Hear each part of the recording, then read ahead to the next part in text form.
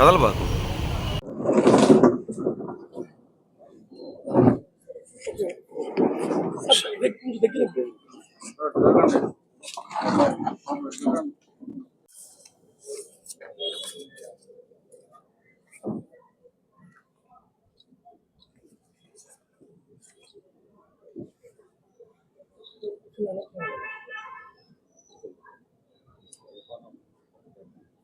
నమస్కారం.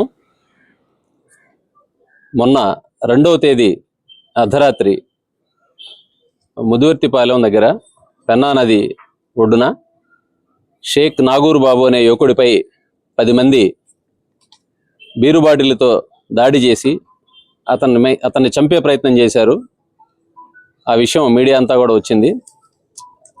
3వ తేదీన అతని సోదరుడు షఫీ ఇందుకూరుపేట పోలీస్ స్టేషన్లో ఇచ్చిన రిపోర్టు మేరకు హత్యాయత్నం సెక్షన్లతో కేసు నమోదైంది. ఈ కేసు దర్యాప్తులో భాగంగా మా జిల్లా ఎస్పీ మేడం గారి ఆధ్వర్యంలో, రూరల్ డిఎస్పీ గారి నేతృత్వంలో ఇందుకూరుపేట ఎస్ఐ గారు, నేను, మా సిబ్బంది అందరం కూడా నిందితుల్ని ఐడెంటిఫై చేసి వాళ్ళని ఈరోజు మధ్యాహ్నం 3 గంటలకు టిట్కో హౌస్లు కొత్తూరు అంబాపురం దగ్గర అరెస్ట్ చేయడం జరిగింది.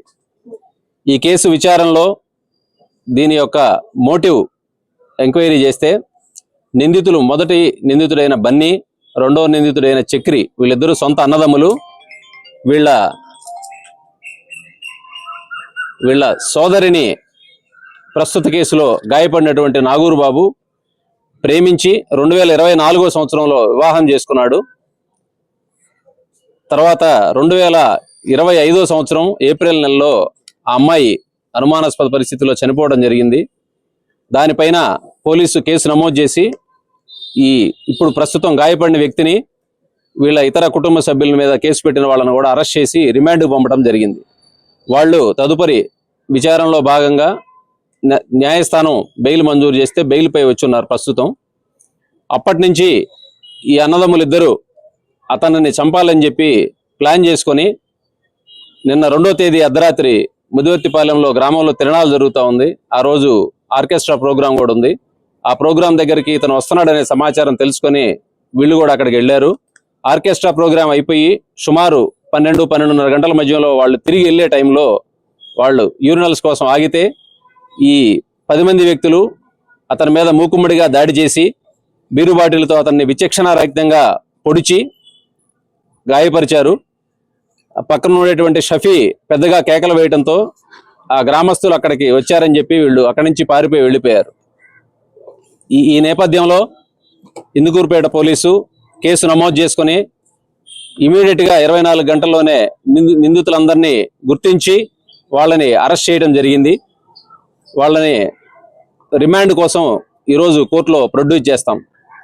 ఈ సందర్భంగా ప్రజలందరికీ సూచన, ఏదైనా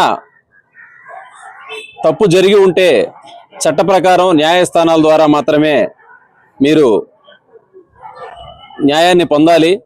అలా కాకుండా స్వతంత్రంగా చట్టాన్ని మీ చేతిలోకి తీసుకొని మీరు తప్పు చేస్తే చట్ట ప్రకారం మీరు కూడా శిక్షకు బాధ్యులవుతారని చెప్పి తెలియజేస్తా ఉన్నాం.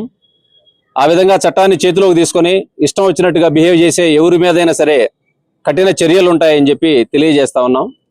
Thank you.